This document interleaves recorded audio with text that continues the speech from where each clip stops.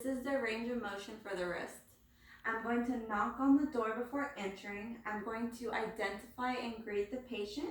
Then I'm going to explain the procedure. And then after that, I'm going to do the hand hygiene technique. And then after that, I'm going to provide the patient privacy.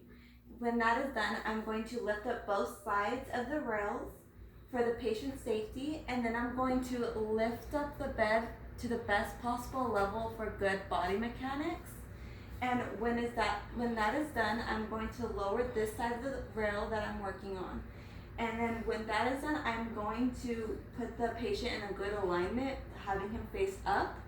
And then I'm going to support his wrist using two hands. I'm going to start with flexion, which bends the hand down. And then I'm going to do extension, which levels his hand out. And then I'm going to do hyperextension, which brings his arm back, or his hand back. And then I'm going to do radial flexion, which goes towards the thumb, and then ulnar flexion, which goes towards the pinky.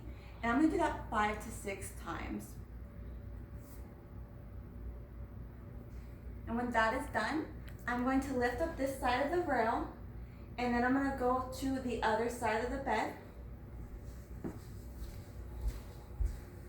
I'm going to lower this side of the rail, and then I'm going to do the exact same task. I'm going to support his wrist, starting with flexion, extension, hyperextension, radial flexion, ulnar flexion, 5 to 6 times.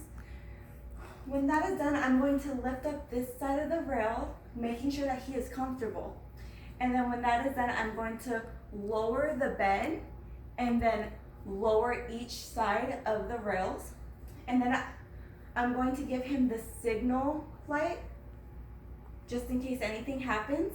And then I'm going to wash my hands, and then I'm going to report and record my observations with what just happened and task completed.